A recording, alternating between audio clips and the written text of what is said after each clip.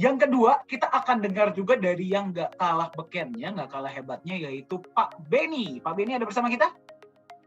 Ada bersama kita. Saya akan undang ke depan. Boleh tahu nggak apa yang membuat Pak Benny ini sangat semangat di Nagaya? Apa alasannya, Pak?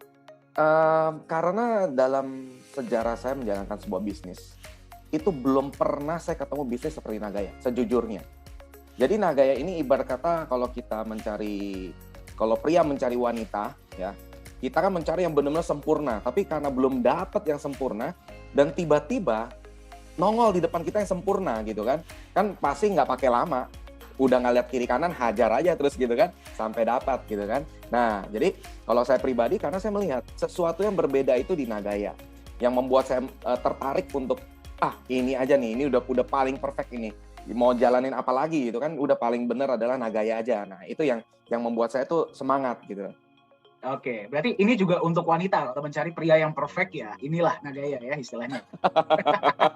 Oke, Pak Benny, boleh diceritakan nggak singkat saja apa dari Nagaya, ya apa aspek-aspeknya yang membuat Pak Benny ini sangat wow gitu loh, dia ini perfect. Secara Oke, yang pertama saya melihat ini adalah the next Bitcoin, yang dimana saya bisa pastikan bahwa fenomenal Bitcoin ini akan terulang di Nagaya. Kenapa? Karena kalau kita bicara altcoin yang lainnya, fenomenal seperti Bitcoin itu tidak akan pernah bisa. Kenapa? Karena apa kelebihan mereka ketimbang Bitcoin? Nggak ada. Semua sama, bahkan lebih parah lagi dari Bitcoin gitu kan. Cuma menang kesannya teknologinya keren seperti kata Pak Alfian. Nah, tapi kalau kita lihat Nagaya, bedanya apa? Dia punya underlying. Dia punya underlying aset real sebagai aset yang punya nilai intrinsik yang membackup nilai supaya dia tidak bisa unblock sampai ke dasar, sudah ada jaringnya. Yang kedua, Nagaya ini punya aset produktif, di mana aset produktif ini yang bisa memberikan benefit lebih kepada para pemegang aset supaya mereka tidak mau melepas koinnya begitu saja. Cenderungan orang adalah untuk mengkeep, tidak mau, istilahnya disayang-sayang lah, tidak mau dilepas-lepas. Nah, kedua aspek ini yang membuat aspek orang yang mau lepas koin karena harga naik dikit sudah dijual, ini tidak akan terjadi di Nagaya. Mau dia naik sampai setinggi apapun, saya yakin pasti orang lebih cenderung untuk simpan. Kenapa? Karena ada namanya fitur pembuangan koin yang dimana semakin langka jumlah koinnya. Bahkan dari 50 juta hanya tersisa sampai 10 juta. Saya cuma berpikir adalah kalau saya yang bertahan sampai di 10 juta, seberapa banyak koin yang saya masih pegang dan seberapa besar kekayaan saya saat itu terjadi. Nah, jadi saya melihat bahwa Nagaya ini bisa menjadi the next Bitcoin, bahkan yang lebih hebat dari Bitcoin. Maka saya langsung lihat, wah ini konsep yang akan saya akan harus jalani, besarkan. Kenapa? Karena ini masa depan yang benar-benar cerah gitu kan. Nah, lalu itu yang pertama dari sisi nilai marketnya yang saya lihat, wah ini bakal bisa melebihi harga Bitcoin, all time high Bitcoin pasti lewat. Katakanlah di 100.000 US dollar. Itu Nagaya bisa menyentuh angka 100.000 US dollar. Tapi kita harus kasih waktu juga kepada Nagaya untuk membuktikan, ya kurang lebih 15 tahun lah. Worst case-nya gitu kan, 15 tahun membuktikan bahwa sampai di 100.000 USD, ya kan. Kalau Bitcoin 13 tahun yang tidak punya fundamental dan underlying aja bisa sampai all time high 60 ribuan, masa iya Nagaya yang sudah punya itu nggak tembus 100.000? Rasanya mustahil untuk itu terjadi gitu kan. Nah, lalu kemudian yang saya melihat adalah di program referralnya. Karena saya pribadi kan background-nya adalah seorang networker. Jadi ketika saya melihat program referralnya Nagaya ini, saya melihat ini sesuatu yang berbeda. Berbedanya apa? Saling berkesinambungan. Ya, jadi kalau istilahnya, kalau buah si malakamar nggak bisa milih salah satu gitu ya. Nah, jadi kayak gitulah kurang lebih. Jadi ketika saya melihat, Nagaya ini punya konsep yang sangat bagus. Gimana caranya supaya orang benar-benar tidak mau lepas koin? Yang pertama dengan cara dikasih benefit, ya kan? Dikasih benefit, penambahan hak emas, profit sharing yang dibagikan, ini sebagai yang membuat orang alasan untuk simpan ini koin, nggak mau dilepas. Lalu yang kedua, yaitu apa? Ketika kita membangun jaringan, kita kan akan mendapat royalti dari setiap profit sharing yang diterima oleh tim kita, ya kan? Nah, ketika mereka semua terima profit sharing, kita terima royaltinya. Otomatis kita sebagai leader di atas pun, kita akan sebisa mungkin memprotek tim untuk tidak melepas koinnya. Ya kan? Akhirnya apa? Tidak akan terjadi yang namanya jual murah atau obral koin. seperti yang di luaran sana. Naik dikit atau masuk market aja langsung WD gitu kan. Karena apa? Takut habis masuk market unblock nilainya sampai ke dasar. Makanya pas setiap masuk market langsung WD gitu kan.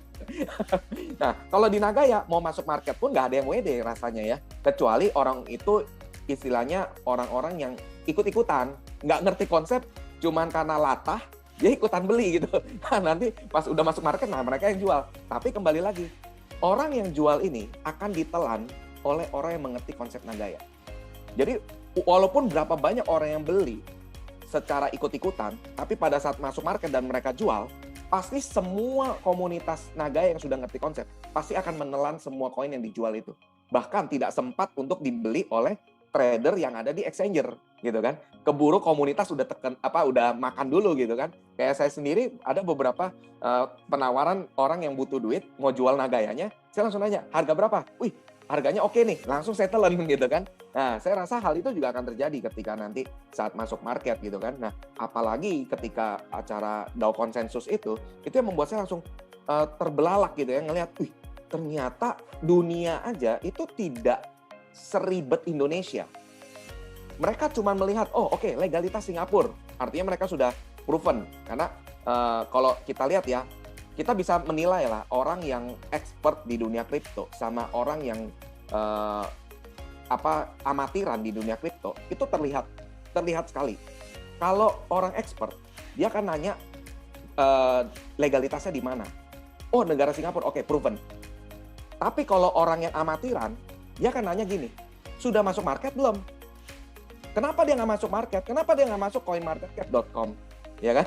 Nah, ini kan pertanyaan-pertanyaan orang-orang yang amatiran, yang mereka nggak ngerti tentang kripto, tapi sok-sok mengerti tentang kripto, sok-sok expert gitu kan. Nah, sedangkan kalau kita lihat, landasan apa kalau misalnya koin itu masuk market sudah aman? Koin itu ada di CMC, sudah aman. Banyak koin yang sudah scam. Ya kan, seperti 2018 koin yang dengan volume terbesar, koin baru volume terbesar, terkenal top 5 di CMC dan di market ada belasan, akhirnya scam, ya kan? Nah, jadi kalau orang masih percaya yang namanya masuk coin market cap sama masuk market itu proven, artinya dia benar-benar nggak upgrade dirinya, dia nggak menambah pengetahuannya tentang kripto, dan dia mau dibodoh-bodohi oleh oknum-oknum tertentu aja, terutama oknum-oknum mafia token gitu kan. Bikin token masukin market, wih ini proven, kenapa? Karena sudah masuk market dan sudah ada di CMC gitu kan. Padahal kita tahu sendiri, caranya mudah sekali untuk masuk ke sana, tapi kenapa Nagaya nggak lakukan itu? Ya karena Nagaya terbentur oleh regulasi Singapura. Nah itu yang saya lihat, tidak sembarangan, karena ketika saya melihat, oke, Nagaya berani ambil tindakan mendaftarkan perusahaan di negara Singapura, itu nggak main-main. Karena kalau blacklist Singapura kan blacklistnya internasional. Nah, beda dengan negara lain, blacklist-nya kan nggak internasional. Nah, ini yang membuat saya langsung semakin yakin dan akhirnya saya memutuskan untuk fight. Nah, ditambah, kalau saya sebagai networker, saya melihat dari sisi program referral ini, terutama royalty, saya hanya cukup bangun satu kali jaringan. Habis itu saya benar-benar time freedom, money freedom. Kenapa? Karena profit sharing itu tidak bergantung pada omset. Koin sudah terjual habis, profit sharing tetap dapat. Kenapa? Karena proyek jalan terus. Beda dengan saya dulu membangun bisnis-bisnis jaringan, harus mengandalkan repeat order produk, ya kan, mengandalkan omset tahunan. Nah, ini kan yang membuat akhirnya ujung-ujungnya active income bukan passive income. Tapi ketika saya melihat di Nagaya, wah ini benar-benar real passive income dari proyek-proyek yang dijalankan. Apalagi semakin banyak koin yang terjual, proyek makin nambah. Profit sharing dibaginya makin besar gitu kan. Nah, jadi kurang lebih seperti itu Pak Dani, singkatnya. Mantap ya, berarti beberapa poin-poin, legalitas, backup, sistem referralnya, ya. Dan saya sangat suka yang tadi Pak Benny bilang ya, orang yang nanya market dan coin market cap sebelum tanya tentang koin itu biasanya mereka nggak terlalu paham, karena mereka nggak tahu CMC dan market itu tuh masuknya sebenarnya segampang apa sih.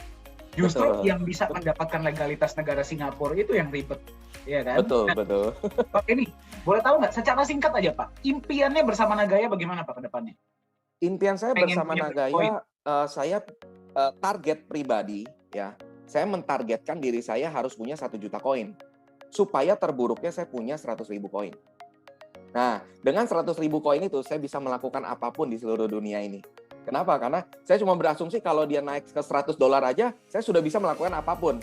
apalagi kalau naiknya ke 100.000 US dollar, wah itu sudah jadi bahkan sultan, Benny, bisa jadi sultan dan bisa beli pulau gitu kan.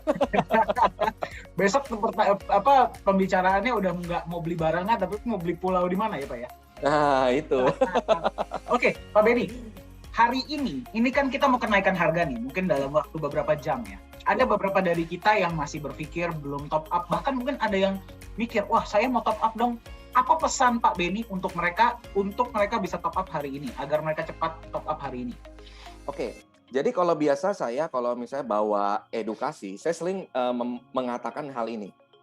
Semua orang ingin sukses, betul kan? Dari sisi keuangan, semua orang ingin sukses.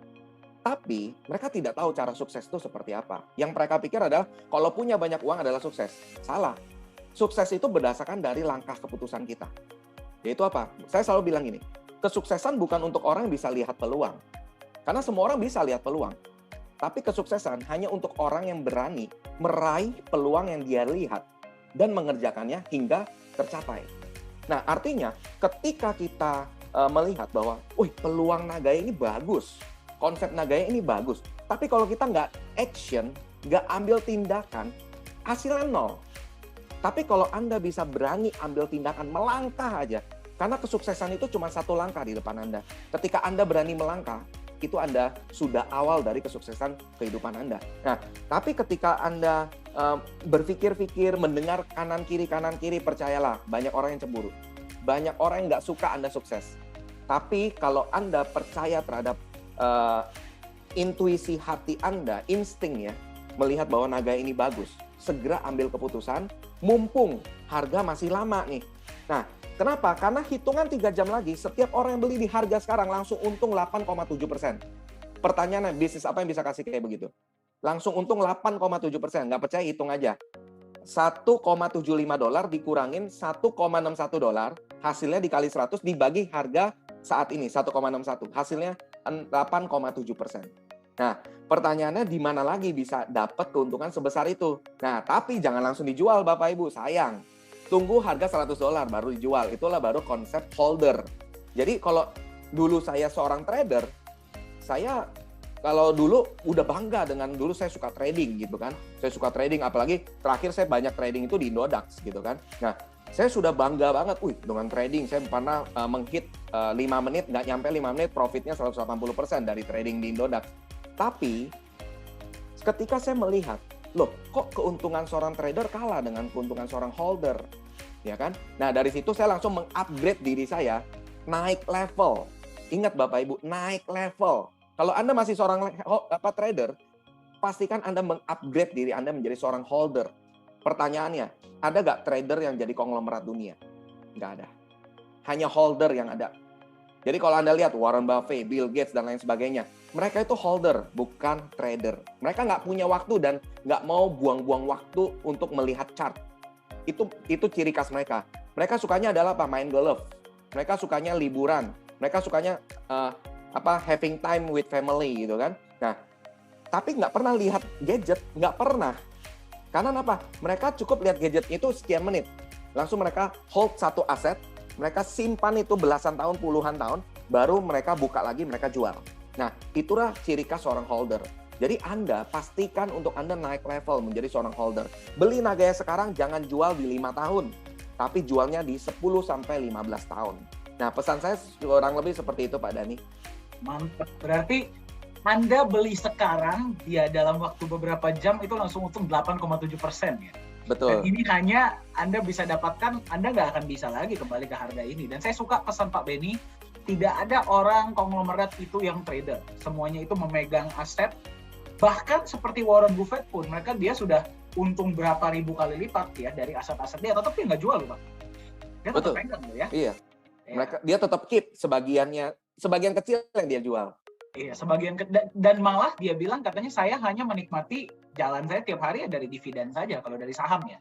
Betul. Ya, kan? Saham stok saya tetap biarkan. Oke, baik Pak Benny, saya biarkan Pak Benny kembali ke top up dan membantu tim ya karena saya tahu lagi hektik. Terima kasih banyak sudah berbagi. Salam untuk teman-teman di tim Pak Benny ya. Thank you Pak Benny.